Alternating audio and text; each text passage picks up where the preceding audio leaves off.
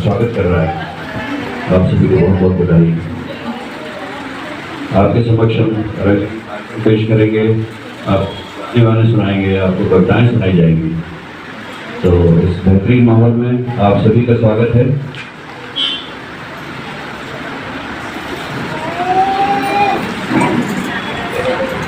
कुछ एक मोरल गीत अगर है तो हाँ, कुछ आपके समक्ष एक गाना रखते हैं।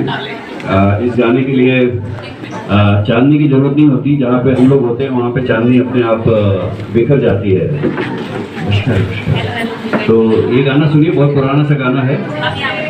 आजा सनम मधुर चांदनी में हम। अगर आपको अच्छा लगे तो तालियों से स्वागत करना।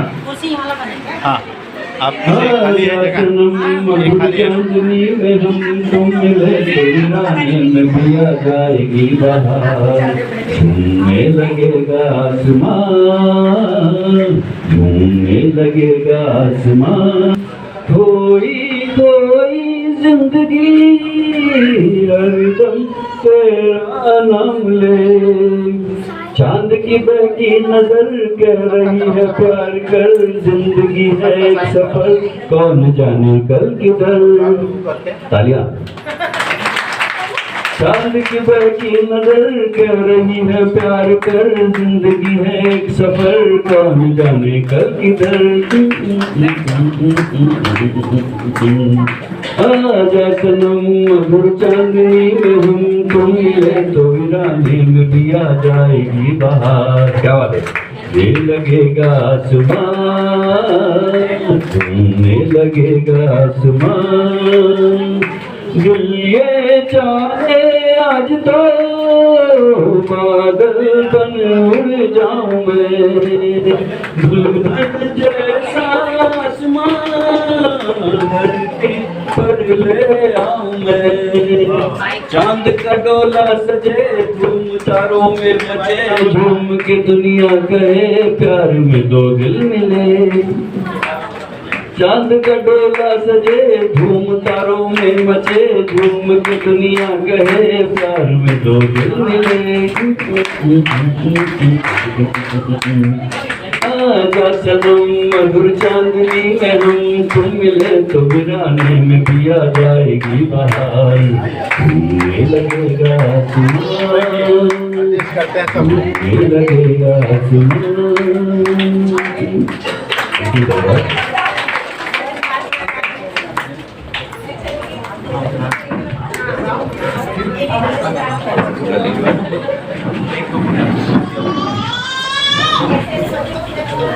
बहुत बहुत धन्यवाद शेखर तिवारी जी ने, बहुत सुंदर गीत गाया।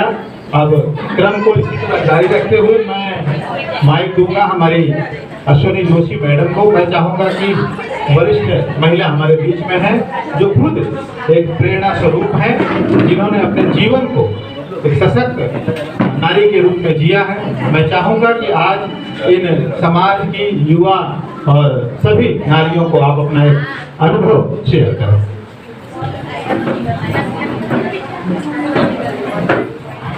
नमस्कार। थोड़ा बीच बीच में मुझे इंग्लिश शब्द आएंगे तो माफ कर दीजिए। वास्तव में आप सबका स्नेह और ये जो हम जहाँ रहते हैं तो पहले मंजिला में ये रहते चंदन और नंदन, अपनी दोनों बहुएं उनकी और बच्चे, और ये मेरे कम से कम 15-20 साल ज़्यादा ही हुए होंगे।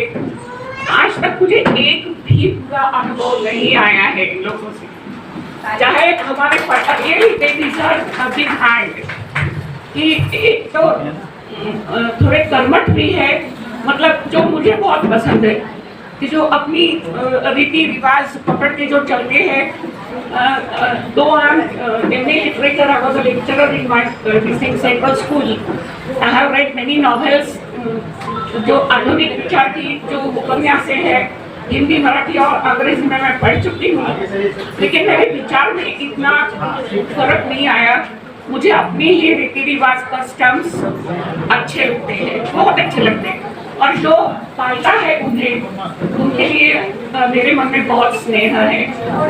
और एक तो दोनों भाई मिलजुल कर, आजकल के जमाने में आप देखिए देखने को नहीं मिलता है, लेकिन ये लोग इतना प्यार से और इतना अच्छी तरह से, और बच्चों को भी उन्होंने ऐसा अनुशासन लगाया है। बड़ा कोई देखता है तो नमस्ते कीजिए या विश कीजिए।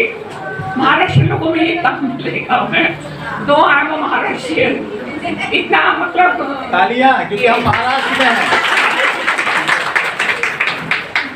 लेकिन उन लोगों ने काफी सालों से वो महाराष्ट्र में रहते हैं, लेकिन अपने जो रीति रिवाज है थोड़े लाइट साइड में, बहुत वो भी नहीं है, सनातन टाइप भी नहीं है, लेकिन बहुत अच्छे लगते। इसलिए हमारा नियम पाया कि नॉन इंटरफेरेंस, जहाँ अपने को हस्तक्षेप नहीं करना है वहाँ से दूर रहना, वो भी बहुत बड़ा गुण है। ओम शांति। तो इसलिए मैं सबसे आपके बहुत उपकृत हूँ, और आप सब लोगों ने जो मुझे स्नेह दिखाया है उसके लिए भी। अभी थोड़ा एज अ हाउस वाइफ मुझे मालूम नहीं है, पता नहीं है कि आप में से कितने जॉब कर रहे हैं ऑफिस में, स्कूल्स में। नहीं भी करते होंगे तो कुछ बहुत बड़ी बात नहीं है, क्योंकि घर संभालना भी बहुत बड़ी बात है। क्योंकि अभी तक अपने समाज में कोई हाउस वाइफ है, बच्चों को बड़ा कर रही है, तो इतना रिस्पेक्ट, इतना सम्मान नहीं एंजॉय कर पाती जितना कि हम लोगों ने जो स्कूल में, मैंने 28 साल जॉब किया तो घर का तो संभाल रही थी।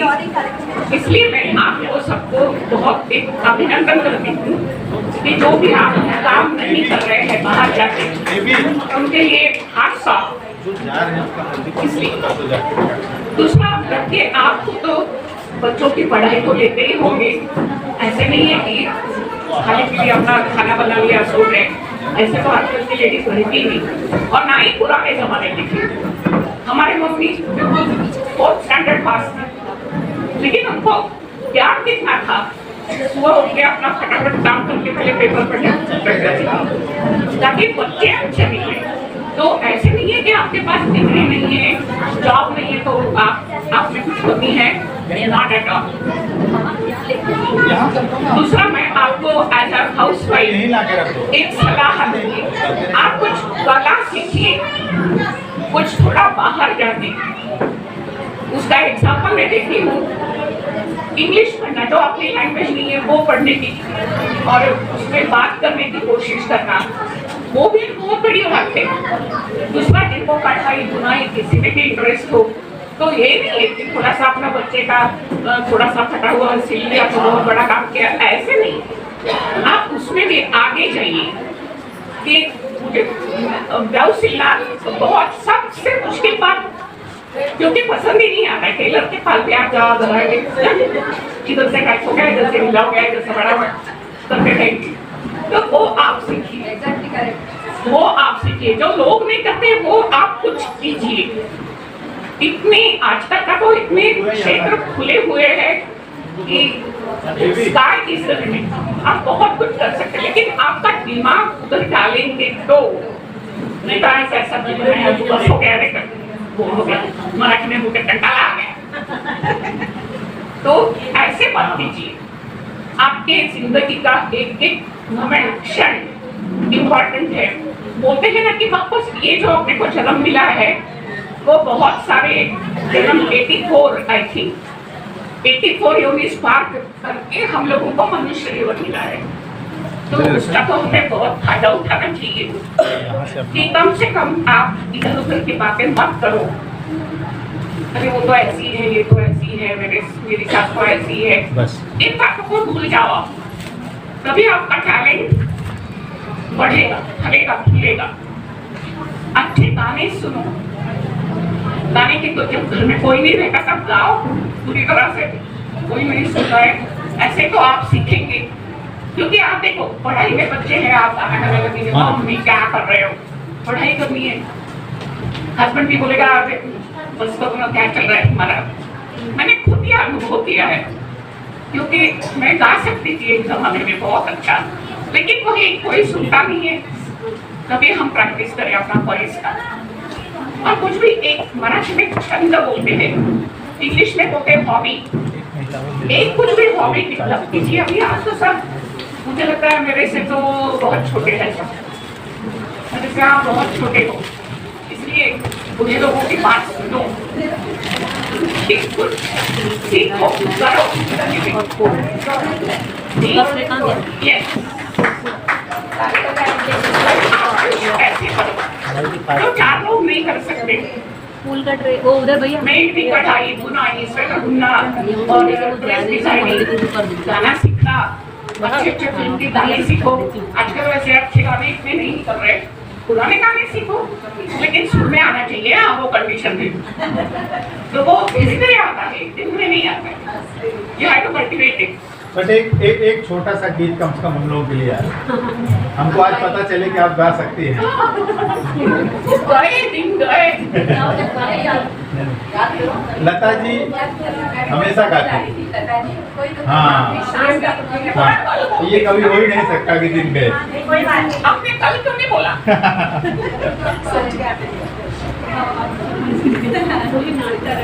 नहीं कोई बात नहीं चाहिए था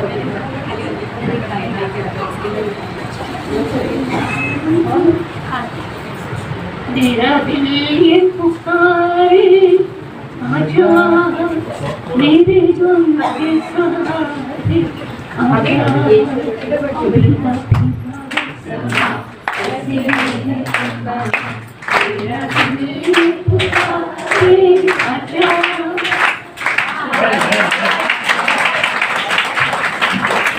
बहुत बहुत धन्यवाद। आप ऐसे ही मुझे एनकरेज करते थे ना, ये तो एनकरेजमेंट है, ये तो क्या करिए, सिर्फ गालियां बजाते जा रहे बहुत धन्यवाद, बहुत धन्यवाद। मैं बहुत गाती थी पहले, अपन बोलते थे बस करना okay, thank you sir, thank you.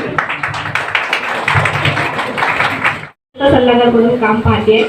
आपली जिल्हावरील आहे, बँक ऑफ महाराष्ट्रामध्ये मी काम पाहते आणि नंदन सरांची म्हणजे आपली उत्तर भारत सेवा समिती आहे त्यांचं आणि माझा परिचय जवळजवळ 7-8 वर्षाचा आहे आणि आज मला सरांनी जे बोलवलं आणि बोलण्याची जी संधी दिली त्याचं प्रथमतः मी त्यांचं एक मनापासून धन्यवाद माने आणि जो काही मला विषय आहे त्या विषयाला मी सुरुवात करते।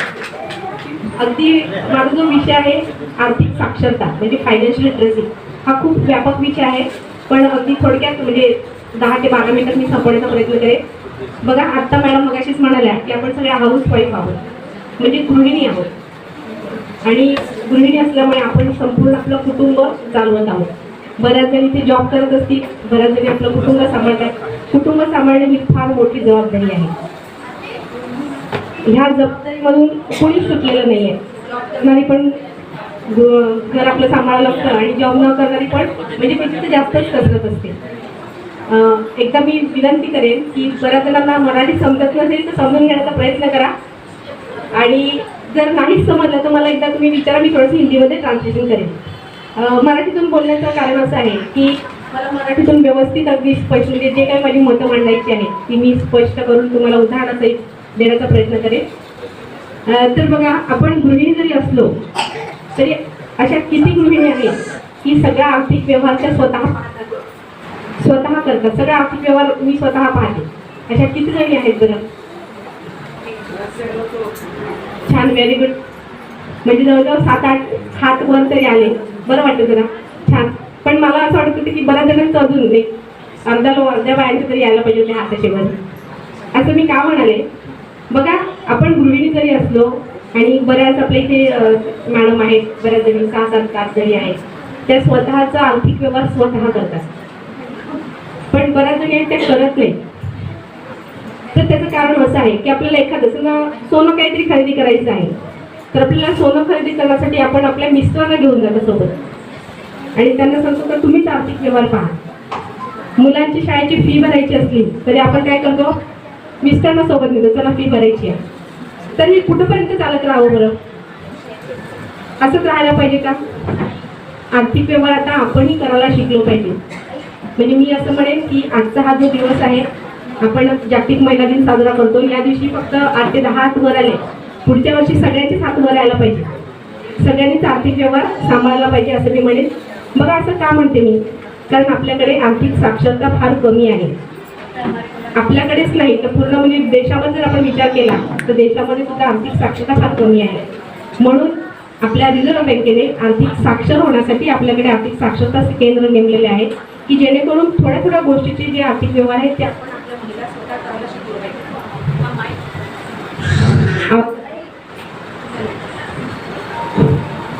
हॅलो, तर हे आर्थिक व्यवहार कोणते आहेत?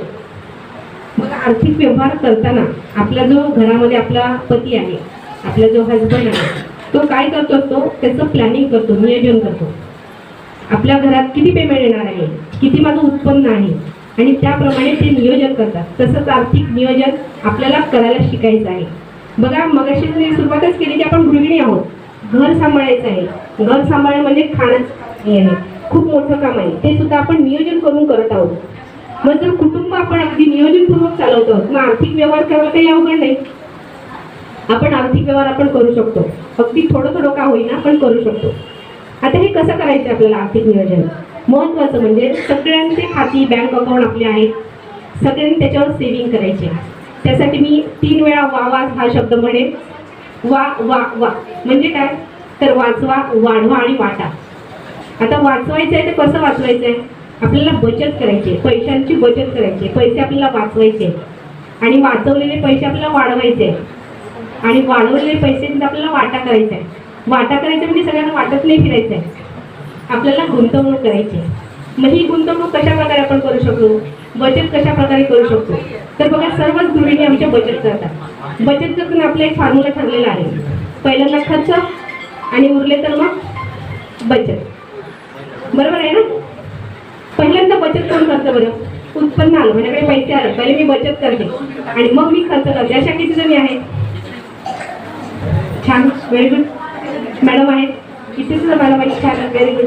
म्हणजेच काय, तर आपल्याला वाचवायचं आहे. आपलं जे उत्पन्न आलं ना त्या उत्पन्नातून 20% रक्कममध्ये आपल्याला बाजूला काढायचे आणि उरलेल्या 80% मध्ये आपल्याला काय करायचं आहे? खर्च करायचा आहे. पण खर्च करताना पण आवश्यक खर्च कोणता आहे तो आधी आपल्याला करायचा आहे आणि अनावश्यक खर्च आपल्याला टाळायचा आहे. म्हणजे आपण जे पैसे वाचवलेले आहेत, बचत केली आहे, ते बँकेत लावून वाढवायचे आहे. बँकेत नुसतं ठेवणं गरजेचं आहे का? बचत करणं गरजेचं आहे का? तर नाही आहे. आपल्याला काय करायचं? बचतीची गुंतवणूक करायची. मग ही गुंतवणूक आपण कोणत्या प्रकारे करू? तर बँकेच्या काही स्कीम आहेत. मी स्कीमची नावं सांगते. जर तुम्हाला म्हणजे लक्षात आली आणि त्या स्कीमचा जर लाभ घेतला असेल तर मी थांबेन की कोणी कोणी लाभ घेतला हे विचारेल. बघा, पहिली जी स्कीम आहे ती आहे प्रधानमंत्री सुरक्षा विमा योजना, ज्यामध्ये वय वर्ष 18 ते 70चा व्यक्ती असावा. वर्षाला फक्त 20 रुपये भरायचे असतात. किती जणांनी लाभ घेतलेला आहे? जरा पीछे वाले जरा ध्यान देंगे, बहुत अच्छा स्कीम बता रही हैं आप लोग, ध्यान से सुनिए। आगे हम लोगों को कुछ जरूरत हुआ तो हम इनसे संपर्क करके अपना योजना शुरू कर सकते हैं। तो थोड़ा सा यदि आप लोगों को नहीं समझ में आता है मराठी में तो एक बार हाथ उठा देना, तो हिंदी में भी बता देंगे, हाँ? है ना? तो एक बार उनको बोलने दीजिए, फिर मैं एक्सप्लेन कर देंगी, आपको नहीं समझ में आता, लेकिन सुनिए जरूर। ठीक है। प्रधानमंत्री बीमा पॉलिसी की मैं बात कर रही हूँ। उसमें साल में खाली 20 रुपया हमको भरना है और जिनका 18 जो आयु है 18 से 70 साल तक आयुमान है उनको ये स्कीम का लाभ मिलता है। एक्सीडेंटली अगर किसी का डेथ हो जाता है तो गवर्नमेंट से उस स्कीम से 2 लाख रुपए का हमें एक आर्थिक मदद मिल जाती है। तो आप लोगों ने लिया है क्या ये स्कीम?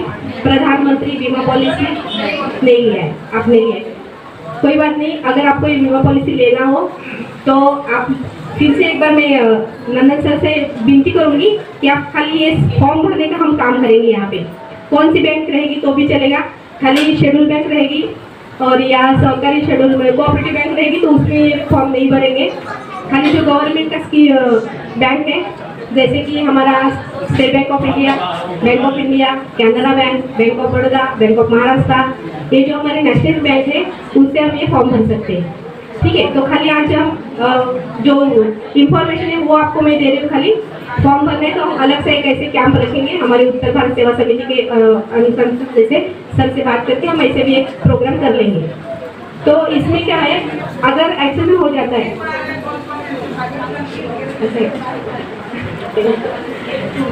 तर आपण काय करूया, KCS क्लब यातर्फे आपण फॉर्म भरण्याचा एक कार्यक्रम घेऊया आपण, ज्यामध्ये सगळ्यांचे फॉर्म भरूया.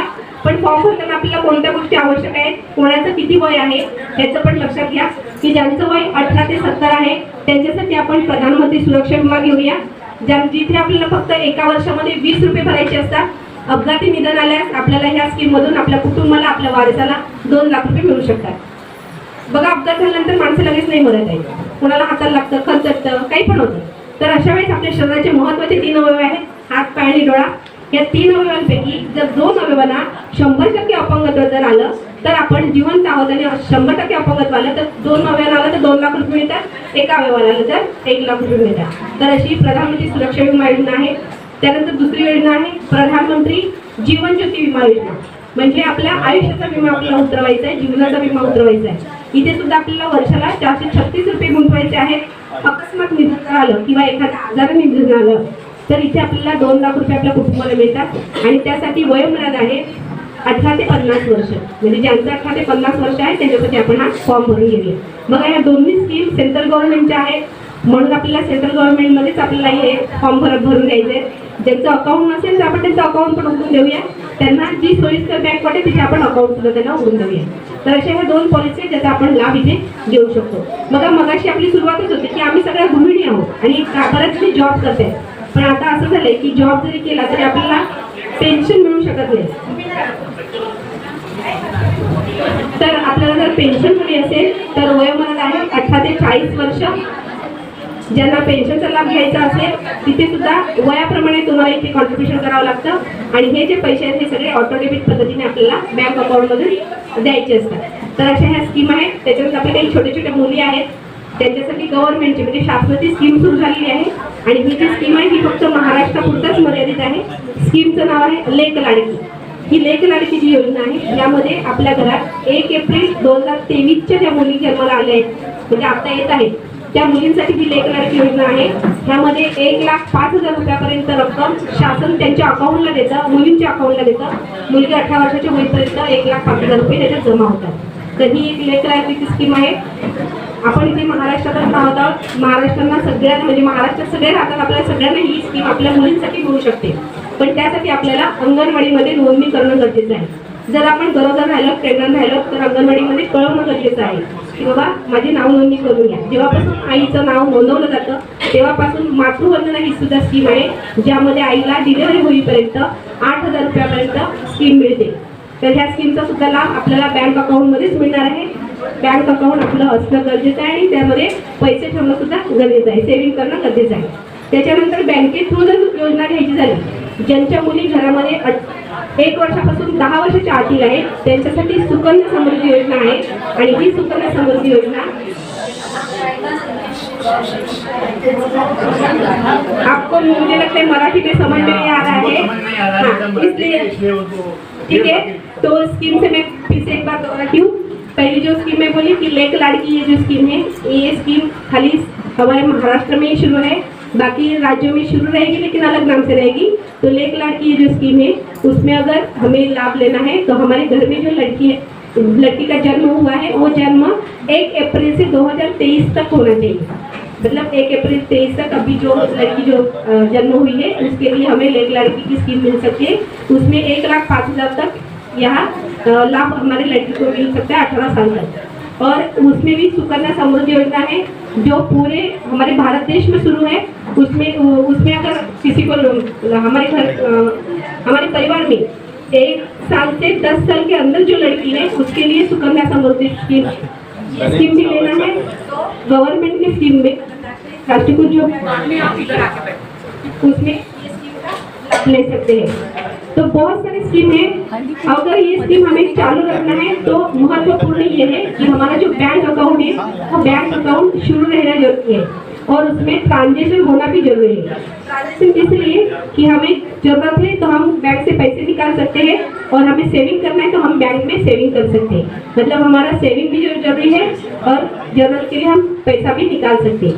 ये हो गया हमारा ट्रांजेक्शन. ऐसे ट्रांजेक्शन होना जरूरी है तभी हमें ये स्कीम मिलती है. और ट्रांजेक्शन होने के लिए अभी देखिए हर एक बैंक में अगर आपका अकाउंट बंद हो गया तो जब भी हम बैंक में पैसा निकालने जाते हैं तो बोलते हैं कि आपका अकाउंट बंद हो गया, हमें केवाईसी करना है। तो हमें पता भी नहीं चलता है कि केवाईसी क्या है। हम ऐसे बैंक वालों को पूछते हैं क्या है केवाईसी, और बहुत जनों को पता है कि केवाईसी मतलब क्या। तो हमें आधार कार्ड देना है, हमें हमारा पैन कार्ड देना है और एक फोटो देना है, बस हो गया केवाईसी। बराबर, ये जो केवाईसी का फॉर्म भरना है तो हमें आधार कार्ड देना है, हमारा एक छोटा फोटो भी देना है, अगर पैन कार्ड पास है तो पैन कार्ड भी बैंक को देना है। तो केवाईसी क्या है? केवाईसी का मतलब ये है कि बैंक में हम जो पैसा रखते हैं उसकी जो सुरक्षा है, वो सुरक्षा रखने के लिए हमारा खातेदार, हमारा जो बैंक होल्डर है वही है, वो पहचानने के लिए हमें ये केवाईसी देना रहता है।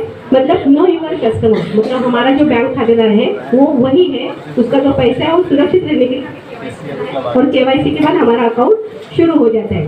और बैंक अकाउंट में हमें 1000 रुपये तक रखना ही रखना है। 1000 रुपये से अगर हमारा कम हो जाता है तो हम माइनस में हो जाते हैं और हमारा पूरा 1000 रुपये मतलब कम हो जाता है, पूरा जीरो बैलेंस हो जाता है। तभी भी हमें फिर से केवाईसी देके हमारा अकाउंट करना पड़ता है। केवाईसी मतलब केवाईसी जब भी देते हैं तभी हमें पता चलता है कि हमारा जो अकाउंट है वो बराबर चल रहा है। और ये जो स्कीम है वो स्कीम हमें हमारे अकाउंट से लेना है। ऑटो डेबिट जो पद्धति है उसके हिसाब से हमें ये सब स्कीम मिलने वाली है। तो ये बहुत सारी बात कहनी है। जो फाइनेंस लिटरेसी जो है मतलब आर्थिक साक्षरता जो है वो बहुत बड़ी है, लेकिन जो मुझे थोड़ा सा जो आपको बताना, बहुत सारे जन को भी बात करना है, तो बहुत बड़ा बात है कि फाइनेंस लिटरेसी है क्या। और दूसरी एक महत्वपूर्ण मैं बात बताना चाहूँगी कि जो हमारा नॉमिनी है वो हमें बैंक अकाउंट में नॉमिनी देना भी जरूरी है। हम नॉमिनी क्यों देंगे? अगर किसी की डेथ हो जाती है तो हमारा जो पैसा है कोई भी देगा। अगर कोई किसी की वाइफ गई है या पत्नी की मौत होती है या पति की मौत होती है, जब भी हम बैंक में जाते हैं वो बोलते हैं कि हमारे पति अभी ऑफ हो गए हैं तो हमें पैसे पति के अकाउंट से हमें दे दीजिए। तभी हमें नहीं मिलता है, क्योंकि हमारा मैं जो नॉमिनी हूँ मतलब पति को पत्नी नॉमिनी है और पति को पत्नी नॉमिनी है, तो हमें नॉमिनी का फॉर्म भी भरना जरूरी है। अगर नॉमिनी नहीं रहेगा तो अगर किसी की डेथ होती है तो उसके अकाउंट में जितना भी पैसा रहेगा वो पैसा रिजर्व बैंक ऑफ इंडिया में चला जाता है। वो हमें मिलता है लेकिन उसके लिए भी बहुत बड़ी प्रोसीजर है, तो फिर हमें वो प्रोसीजर करना पड़ता है।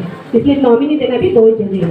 फिर से मैं एक बार KCM क्लब हमारे जो मिश्रा सर है उनका भी धन्यवाद मानूंगी और सारे मेरी सहेलियों को भी धन्यवाद मानूंगी, और यहीं पे मैं रुकती हूँ। धन्यवाद। बहुत बहुत धन्यवाद। This program is co-sponsored by D-Decor, Live Beautiful, X6 MIDC Tarapur, Palghar, Maharashtra 401506.